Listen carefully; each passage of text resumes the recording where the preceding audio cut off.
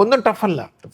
എല്ലാം നമുക്ക് ഒരു ടേബിളിനടുത്ത് ഇരുന്ന് തീർക്കാനുള്ള പ്രശ്നങ്ങളെ ലോകത്തുള്ളൂ. ഇപ്പൊ നമുക്ക് കാലിക്കറ്റ് തുടങ്ങി അല്ലെങ്കിൽ സ്റ്റാർട്ട് ചെയ്യുന്ന സമയത്ത് സാറിന്റെ ഏറ്റവും കൂടുതൽ ശ്രദ്ധ കൊടുക്കുന്നത് തീർച്ചയായും കാലിക്കറ്റിനാവുമല്ലോ. അത് കഴിഞ്ഞിട്ട് ഒരു ഡിഫറെന്റ് കൾച്ചറാണ് തൊട്ടടുത്താണെങ്കിൽ പോലും നമ്മളെ കണ്ണൂരുള്ളത്. അവിടെ എങ്ങനെയായിരുന്നു തുടങ്ങിയത്? ഓരോ ജില്ലയും ഞങ്ങൾക്ക് അറിയാൻ ആഗ്രഹമുണ്ട്, അതുകൊണ്ടാണ് ചോദിക്കുന്നത്. എങ്ങനെയായിരുന്നു കണ്ണൂരിന്റെ ഒരു എക്സ്പീരിയൻസ് സ്റ്റാർട്ടിങ്? അല്ല, കാലിക്കറ്റ് വെച്ചടി മുന്നോട്ട് പോയി വളരെ നന്നായി പോയപ്പം ഭയങ്കരമായിട്ട് ഒരു സന്തോഷം, ഒരു കോൺഫിഡൻറ്റ് വന്നു. കാരണം നമ്മൾ ആദ്യം ചിന്തിച്ചത് ഇത് മാറ്റിയെടുക്കണം. നമ്മളെ മനസ്സിൽ അതാണല്ലോ ഉള്ളത്, മുമ്പേ ഉള്ളത് അതാണല്ലോ. അപ്പം മാറ്റം വരുമ്പോഴുള്ള ഒരു സന്തോഷം, ആ റിസൾട്ട് കാണുമ്പോൾ ഒരു സന്തോഷം. അങ്ങനെയാണെങ്കിൽ എന്തുകൊണ്ട് കണ്ണൂർ തുടങ്ങിക്കൂടാ എന്നുള്ളൊരു ചിന്ത വരികയും കണ്ണൂർ ഞാൻ അവിടുത്തെ കുറേ ബിസിനസ് ഓണേഴ്സിനെ ബന്ധപ്പെടുകയും ഞാൻ അവരെ വിളിച്ചിട്ട് ഇങ്ങനെ ഫ്രാഞ്ചൈസി എടുക്കൂ, ഇത് നല്ലതാണ് എന്ന് പറഞ്ഞിട്ട് അവര് അതിന് യാതൊരു ഇൻട്രസ്റ്റും കാണിച്ചില്ല. പിന്നെ ഞാൻ മനസ്സിലാക്കി എന്തുകൊണ്ട് ഞാൻ തന്നെ ചെയ്തോടാ. അങ്ങനെയാണ് കണ്ണൂരിലേക്ക് നമ്മൾ കോവിഡിന്റെ കാലഘട്ടത്തിലാണ് പോകുന്നത്. മനസ്സിലായില്ലേ? കോവിഡിന്റെ കാലഘട്ടത്തിലാണ് പോകുന്നത്. 4 മാസം അവിടെ പൂട്ടിയിട്ടിരുന്ന ആ സമയത്ത് നമ്മൾ അവിടെ പോകുന്ന സമയത്ത് അവരെ നമ്മൾ ഓൺലൈനിലാണ് കോച്ച് ചെയ്യുന്നതൊക്കെ. അവിടെ നമുക്ക് ആ കോവിഡ് കാലഘട്ടത്തിന് 5-6 ചാപ്റ്റർ നമുക്ക് തുടങ്ങാൻ സാധിച്ചിട്ടുണ്ട്. മനസ്സിലായില്ലേ? കാരണം അവര് കണ്ടോണ്ടിരുന്നത് കാലിക്കറ്റിൽ അറിയപ്പെടുന്ന ബ്രാൻഡായിട്ടുള്ള എല്ലാവരും ഇവിടെ ജോയിൻ ചെയ്തിട്ടുണ്ട്. ഈ കോവിഡ് കാലത്ത് പോലും എല്ലാവരും പൂട്ടി നിന്നിട്ട് എന്ത് ചെയ്യണം, എങ്ങനെ ജീവിക്കണം, നാളെ ജീവിതമുണ്ടോ, ബിസിനസ് ഉണ്ടോ ചിന്തിക്കുന്ന സമയത്ത് ഇവിടെ എല്ലാ ആഴ്ചയും മീറ്റിംഗ് ഉണ്ടായിട്ടുണ്ട്. എല്ലാ ആഴ്ചയും മീറ്റിംഗ്, കോവിഡ് ഓൺലൈനിൽ മീറ്റിംഗ് നടക്കുമ്പോൾ എല്ലാം ബിസിനസ് നടന്നിട്ടുണ്ട്.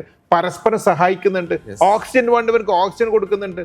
ഹോസ്പിറ്റലിൽ എന്തെങ്കിലും ആവശ്യമുണ്ടോ ഇപ്പൊ അടിസ്ഥാനപരമായിട്ട് ബിസിനസ്സിന് അപ്പുറത്ത് ഒരു സ്നേഹബന്ധമുണ്ട്, എല്ലാത്തിനും ഒരു സഹായമുണ്ട് എന്ന് പറഞ്ഞപ്പോൾ അത് കണ്ണൂരിന് അതൊരു അടുത്ത ഇത് നോക്കുമ്പോൾ എന്നും കണ്ണൂര് കാലിക്കറ്റിനെ കണ്ടുകൊണ്ടാണല്ലോ മുന്നോട്ട് പോകുന്നത്.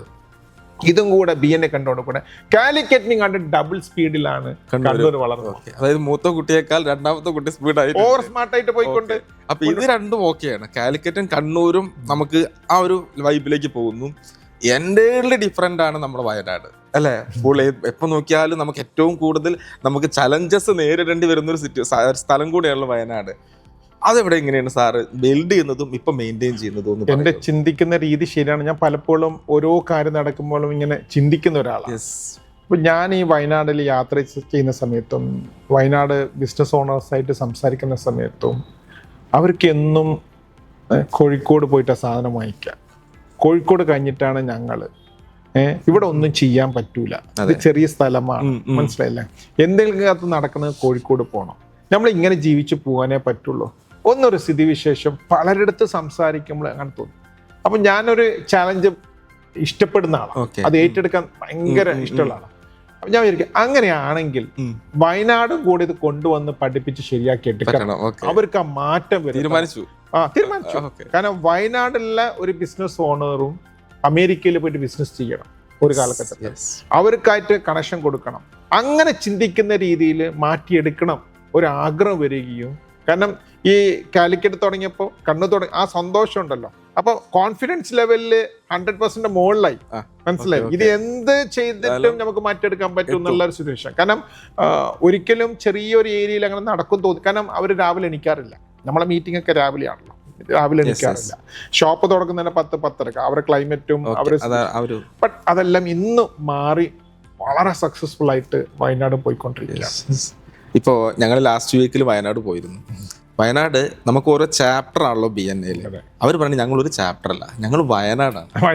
അവർ ABC എന്നാണ് പറയുന്നത്. ഒരുമിച്ചാണ് ഞങ്ങളെ കാണാൻ വന്നത്, ഒരുമിച്ചാണ് അവർ എന്ത് ചെയ്യണത്. ഭയങ്കര സപ്പോർട്ടീവ് ആയിട്ടുള്ള ഒരു കൾച്ചറാണ് അവിടെ എന്ത് ചെയ്യണത്. വയനാട് വന്നുകൊണ്ട് ഒരു പ്രതീക്ഷ, അല്ലെ, വലിയൊരു പ്രതീക്ഷയാണ് അവർക്ക് എന്തുള്ളത്. ദീപകിനെ പോലെ ആൾക്കാർ അത് പറയുമ്പോൾ ഭയങ്കര സന്തോഷമാണ്. എന്തിനാണോ തുടങ്ങിയത് ആ റിസൾട്ട് ഉണ്ടാക്കുന്ന നിങ്ങളെ പോലത്തെ ആൾക്കാർ പറയുമ്പോൾ അവർ 3 ചാപ്റ്ററും കൂടിയിട്ട് ഞങ്ങൾ ഒന്നാന്ന് പറയുമ്പോൾ ഒരു ബിസിനസ്സുകാർ ഒരു കൂട്ടാന്ന് പറയുമ്പോൾ സന്തോഷം ഉണ്ടല്ലോ. അത് തന്നെയാണ്. പിന്നെ മാത്രമല്ല സാറേ, നമ്മളിപ്പോൾ എപ്പോഴും യാത്ര ചെയ്യുന്ന സ്ഥലമാണല്ലോ വയനാട്. എനിക്ക് ഏറ്റവും ഇഷ്ടപ്പെട്ട ഒരുപാട് മെമ്പേഴ്സ് ഉണ്ട് അവിടെ. ഞാൻ അവിടെ കൽപ്പറ്റ എത്തിക്കഴിഞ്ഞാൽ വിളിച്ചു കഴിഞ്ഞാൽ ആ ഒരു നമ്മുടെ ഷോപ്പ് ഉണ്ട്, അല്ലേ, നമ്മളെ സ്റ്റേഷനറി, നമ്മളെ ഷീൻ ചേട്ടൻ്റെ സ്റ്റോർ, അവിടെ ഉണ്ടാവും ഒരു 10-12 BNA മെമ്പേഴ്സ്. അവർ നമ്മളൊന്ന് കാണാനാണ്, നമ്മളൊന്ന് കണ്ട് കെട്ടിപ്പിടിച്ച് കൈപിടിച്ച് അവർക്ക് കിട്ടുന്നൊരു സന്തോഷം. അവരുടെ കൂടെ നമ്മൾ ഭക്ഷണം കഴിക്കാൻ പോകാറുണ്ട്. ഒരു ബിസിനസിന്റെ പുറത്ത് ഒരു ബന്ധം.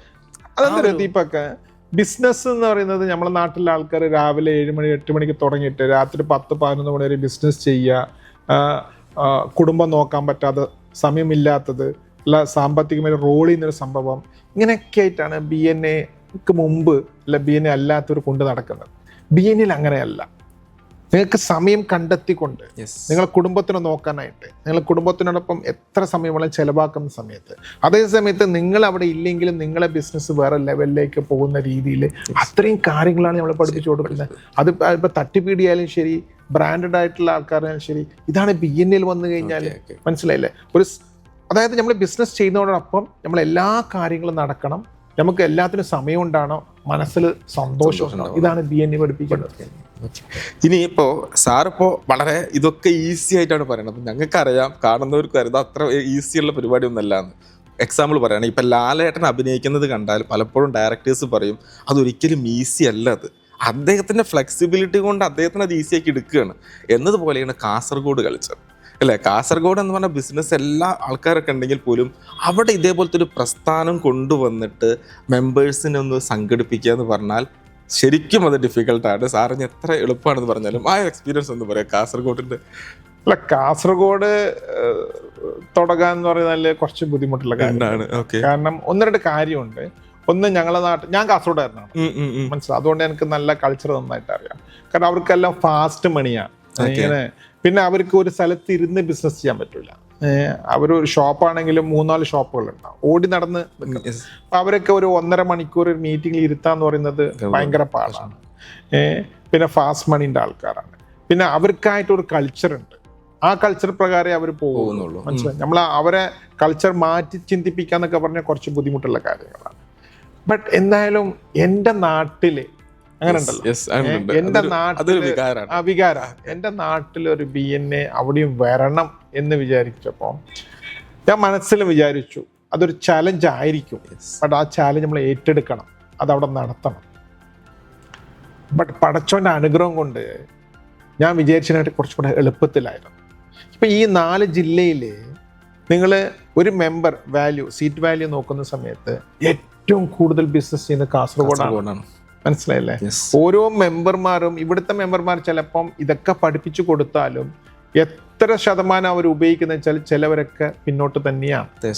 കാസർഗോഡ് ജില്ലയിൽ അതല്ല, അവരുടെ ലക്ഷ്യം ബിസിനസ് ആണ്. അതുകൊണ്ട് തന്നെ അവർ ഭയങ്കരമായിട്ട് ബിസിനസ് ചെയ്ത് മുന്നോട്ട് കൊണ്ടുപോയിരിക്കുകയാണ്. എനിക്ക് ഏറ്റവും സന്തോഷം വേറെ കാര്യം കൊണ്ടുണ്ട്. കാരണം മൊത്തം BNAക്കാരുകൊണ്ട് ജില്ലയിൽ മൊത്തം വലിയ മാറ്റം വരുന്നുണ്ട് ആ ടൈമിങ്ങിലൊക്കെ. മനസ്സിലായില്ലേ? ഞങ്ങളുടെ നാട്ടില് ഈ കല്യാണം പരിപാടിക്ക് ഒരു 7 മണി എന്ന് പറഞ്ഞാല് ആ പുതിയാപ്പിളോ അല്ലെങ്കിൽ അവരൊക്കെ വരുന്നത് 2 മണിക്കൂർ വൈകിട്ട്, അതൊരു ഷോ പോലെയാണ്. അതാണ് അതിന്റെ ഇമ്പോർട്ടൻറ്റ്.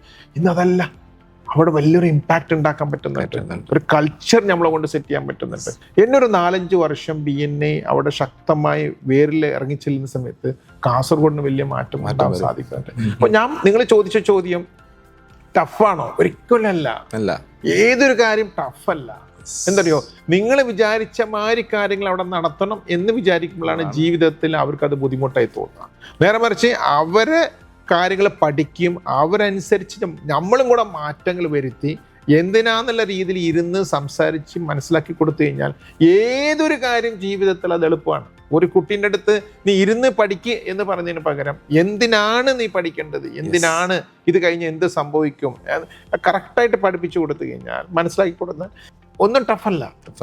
എല്ലാം നമുക്ക് ഒരു ടേബിളിനടുത്ത് ഇരുന്ന് തീർക്കാനുള്ള പ്രശ്നങ്ങളെ ലോകത്തുള്ളൂ. നമ്മൾ ഈഗോ വെച്ചുകൊണ്ട് അത് അപ്രോച്ച് ചെയ്യുന്ന ആ അപ്രോച്ചാണ്. അപ്രോച്ച് ചെയ്ത് ശരിയായി കാസർഗോഡ് അത് വിജയിച്ചു.